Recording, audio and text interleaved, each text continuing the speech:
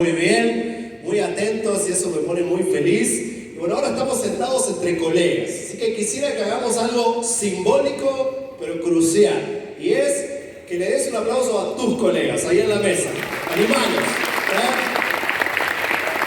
Pero no me mires aquí ni mires al aire, mirando a la cara y dale un buen aplauso. Eso. Vamos líder, vamos iglesia, vamos pastor. Nos estamos animando los unos a los otros. Ahora, la realidad que tenemos por delante es muy desafiante. Por primera vez en nuestra historia, demasiadas iglesias están envejeciendo sin recambio generacional. Hoy en los Estados Unidos hay mega iglesias de los años 80 y los años 90 que están perdiendo sus templos. De hecho, hace un ratito en el almuerzo con un grupo de amigos estábamos hablando de uno de esos casos. Iglesias que fueron súper eficaces, súper sobresalientes hace unos años atrás. Pero luego empezaron a fracasar. ¿Por qué? Porque sus pastores tuvieron una visión para su generación, pero no desarrollaron una visión intencional y eficaz para la siguiente generación. Y por eso es tan importante la conversación que hoy estamos teniendo. Mis hermanos, por primera vez en nuestra historia estamos perdiendo un cómplice silencioso. ¿Ustedes me dan permiso de ser brutalmente honesto en esta tarde? ¿Seguro? No se me van a ofender, ¿no? Traten de no ofenderse, pero esta es la realidad. La iglesia en Hispanoamérica tiene dos columnas de crecimiento. Número uno, nuestra principal fortaleza hasta ahora ha sido alcanzar a los desesperados. Es la verdad. El evangelio en América Latina se ha destacado por alcanzar a la persona que necesita un milagro, una solución inmediata en su vida. Y obviamente es genial que el desesperado sepa que Jesús es la solución a los problemas internos del corazón humano. Sin embargo, el evangelio no es solamente para el desesperado, o para la persona pobre, o para aquel que no tiene mucha educación. El evangelio, estamos de acuerdo, es para todas las clases sociales y todos los niveles educativos, ¿cierto? Aunque nuestra fortaleza no ha sido alcanzar a las clases sociales altas y a los más educados, ha sido alcanzar a las clases menos pudientes. Por eso es que creemos que la palabra milagro es siempre positiva, pero no lo es. ¿A quién le gusta el fútbol acá? ¿A algunos les gusta el Real Madrid? Hace 2 años ganaron la Champions y todos decían que la ganaron de milagro. Obviamente eso no les gustó a los del Real Madrid, ¿cierto? ¿Por qué? Porque nadie quiere ganar de milagro. Bueno, hay gente que no quiere milagros, hay gente que quiere ganar. Tenemos que tener eso en cuenta. Cuando ponemos la palabra milagro en la puerta de un templo, sepamos que van a venir los desesperados que necesitan un milagro.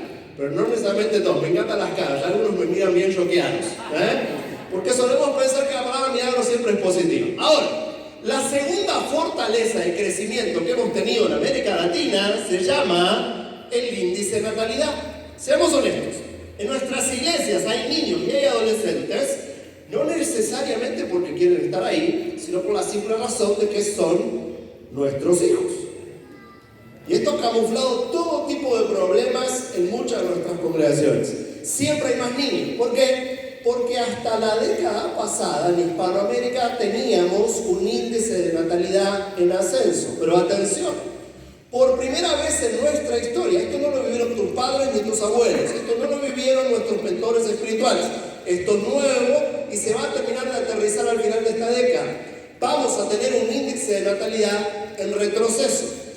Si te suena complicado lo que estoy diciendo, te lo aterrizo así. Hace 20 años atrás la pareja hispana promedio tenía 4 hijos por pareja. Hace 10 años tenemos 2, pero todos los pronósticos demográficos anticipan que para el final de esta década vamos a tener 0.75 hijos por pareja. Que no significa que alguien va a tener 3/4 de hijos. Lo que significa es que hoy hay jóvenes que no solamente no se quieren casar, sino que no quieren tener hijos. ¿Te suena? En tu iglesia ya hay jóvenes que no están anticipando tener hijos. Y esto nos va a pegar un cachetazo. Porque si había niños y había adolescentes, porque teníamos hijos, pero cada vez tenemos menos hijos, esto quiere decir que muchas de nuestras iglesias van a envejecer. Y cuando una iglesia envejece, tarde o temprano decrece, porque luego del envejecimiento viene la muerte.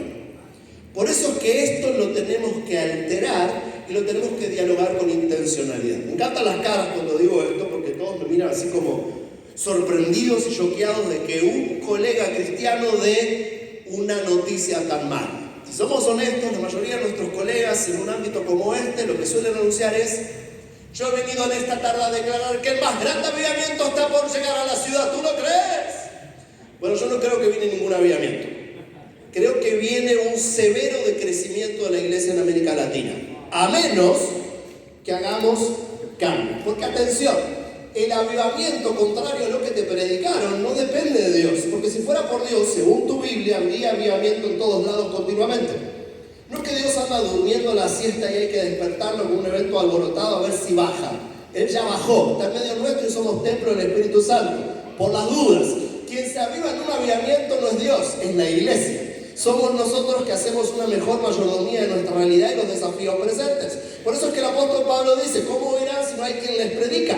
Así que ¿de quién depende que haya avivamiento en el Perú? No es de Dios, es de nosotros. ¿De quién depende? Levanta tu mano, depende de vos. Y si no agarramos la onda, no es que Dios quiere que nuestros hijos se pierdan. No es que Dios quiere que nuestros nietos hereden una iglesia como la de Europa. Es que nosotros no fuimos buenos mayordomos de los desafíos y las oportunidades que tenemos. Por eso es que necesitamos una genuina actualización de la iglesia. Ahora, cuando digo genuina es porque hay algunas ideas dando vueltas por ahí que no tienen que ver con la renovación genuina que necesitamos. Yo he estado en muchas conferencias de muchos estilos y sectores de la iglesia y he encontrado que muchas veces repetimos algunas falacias, o sea, medias verdades que deben quedar atrás. Esta es una muy común: que el crecimiento de la iglesia depende exclusivamente de tu espiritualidad como líder o como pastor. Todo se trata de ser espirituales. Seguramente tú estuviste alguna vez en una conferencia donde vino un pastor de una mega iglesia, probablemente en los Estados Unidos, y cuando habló del gran secreto del crecimiento de su iglesia, ¿cuál era el gran secreto? Su vida de oración. Con lo cual terminamos entendiendo que los pastores de la iglesia grande oran más que los pastores de las iglesias pequeñas. ¿Es cierto? Es una mentira. Es una falacia. ¿Por qué? Porque la espiritualidad obviamente es vital e importante, no me malentiendas. La vida de oración de un pastor y un líder es fundamental, pero no todo se termina ahí. Hace falta algo más. Otra media verdad es que esto tiene que ver con arreglar las liturgias y la estética de la iglesia. Tristemente, esto no te lo van a decir así de manera muy directa, pero está en el ambiente. Algunos tienen la idea de que actualizar la iglesia se reduce a que antes usábamos saco y corbata, luego nos pusimos los kakis con la camisa celeste, luego nos pusimos los skinny jeans y ahora la onda es usar talles XXL. Antes cantábamos himnos europeos, luego las canciones de Marco Witt y en los últimos años Hillsong o Bethel. Antes teníamos himnario, luego teníamos filminas o transparencias y ahora es obligatorio tener una pantalla de LED en el centro del escenario. Y algunos creen que eso es genuinamente renovar la iglesia. Te doy una noticia: yo conozco iglesias con pastores vestidos a la moda, las paredes pintadas de negro, la mejor pantalla de LED en el centro del escenario, que también están perdiendo a sus hijos. Así que no es suficiente con arreglar la estética de la iglesia, que otra vez, no me malentiendas, actualizar la tecnología, vital, ni debiéramos estar discutiendo eso. Actualizar la ropa es natural, no es más espiritual usar saco y corbata. Actualizar las liturgias y la estética de la reunión, claro que es conveniente y natural, ni debiéramos estar discutiendo eso. Eso simplemente tiene que ver con la contextualización del evangelio. Pero hay algo más.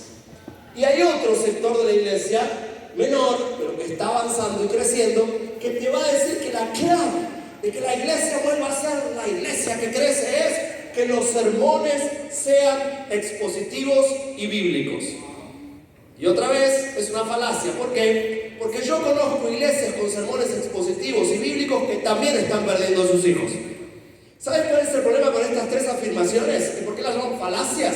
Porque son medias verdades. El problema está en la palabra exclusivamente. Exclusivamente. Exclusiva. Mis hermanos, nuestra espiritualidad es fundamental. Obviamente necesitamos actualizar las liturgias, las metodologías, la estética, las canciones.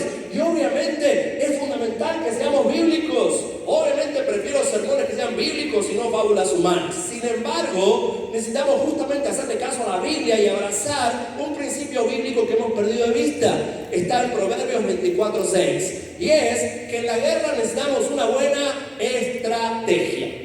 Hermanos, hoy estamos ante una guerra cultural y también, ¿por qué no?, espiritual. Y necesitamos una estrategia holística para este tiempo. ¿Que tome en cuenta la espiritualidad? Claro que sí. ¿Que tome en cuenta la cultura y la estética? Claro que sí, ni hablar.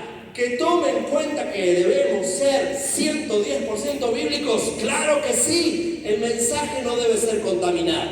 Sin embargo, necesitamos algo más, y es una mejor arquitectura misional.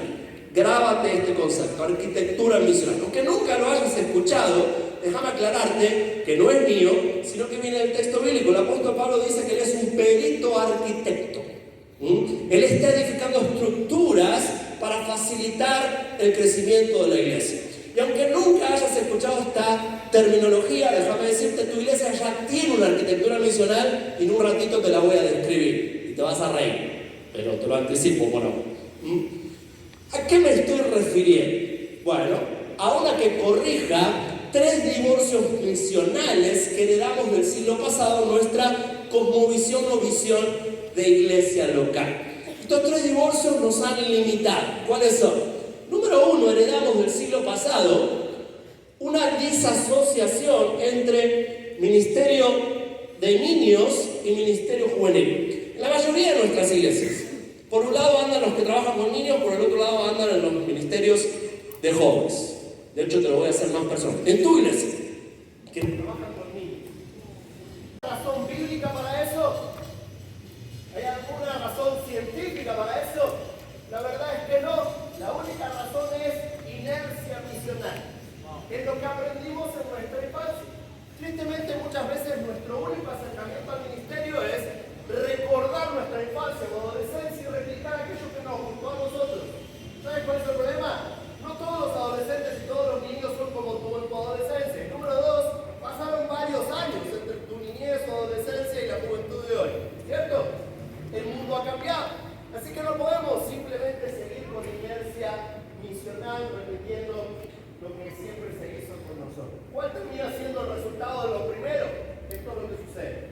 Muchas veces en nuestros ministerios tenemos un lindo esfuerzo con los niños hasta que tienen 12. Pero un día cumplen 13 y tienen que pasar al ministerio juvenil. Y otra vez no se me ofende. ¿Cómo es el ministerio juvenil en la mayoría de nuestras iglesias? Es un culto como el del domingo, solamente que es el sábado por la noche, donde hacemos exactamente lo mismo que el domingo, es decir, nos sentamos todos mirándonos la nuca, nos paramos para cantar, nos sentamos, nos paramos para cantar, nos sentamos, nos paramos para cantar, nos sentamos, nos paramos para cantar, nos sentamos y escuchamos un discurso de 45 minutos, como si hubiera un versículo en la Biblia que dijera que hiciéramos eso. Me encantan las caras, varios minutos. ¿Va a cuestionar nuestra manera de hacer reuniones? Claro, porque no está en la Biblia. ¿Dónde en la Biblia encontrás un versículo que diga? Y cada vez que se reúnen, siéntense todos mirándose la nuca. Párense para cantar, siéntense. Párense para cantar, siéntense. Párense para cantar, siéntense. La predicación debe ser un discurso que da una sola persona y no puede durar menos de 40 minutos porque si no, no desciende el Espíritu Santo. Nunca leíste ese versículo, pero nos comportamos como que existe. ¿Cierto? Ustedes saben cómo usar el micrófono, que lo uso aunque no funciona. Y entonces, ¿qué pasa? Los que cumplen 13 ahora tienen que convivir en ese tipo de formato con los de 18, 28, 38 que todavía no se casaron. Porque la verdad práctica es que en la mayoría de nuestros ministerios juveniles lo que tenemos es un ministerio el sábado para solteros. Culto como el del domingo solamente para los solteros y donde los que participan son de menos edad. Pero la estrategia es igual para Doña Rosa de 58 que para Martincito de 14. Entonces Martincito se empieza a quejar. ¿Cuál es la queja? Dice que la iglesia es aburrida. ¡Ah! ¿Son todos de la misma congregación? ¿Por qué todos salen quejados a queja?